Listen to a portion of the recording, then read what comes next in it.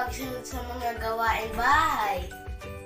Una, ang pagwawalis ay nakakatulong para walang alikabok at dumi sa paligid. Kapag malinis ang bahay, hindi tayo madaling magkasakit. Pangalawa, ang paghugas ng plato ay kailangan para walang amoy at hindi dumami ang mga insekto. Kung maghuhugas tayo agad, malinis lagi ang kusina. Pangatlo, ang pagtitiklop ng mga damit ay nakakatulong para hindi magulo ang kwarto. Kung lahat tayo ay nagtitiklop ng damit, madaling hanapin ang mga gamit. Ang huli, ang pag-aayos ng higaan ay nakakagawa ng maganda at malinis na kwarto.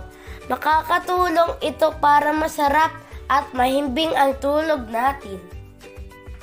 Kaya kung lahat tayo ay magtutulungan sa mga gawaing ito, magiging masaya at magaan ang buhay sa bahay!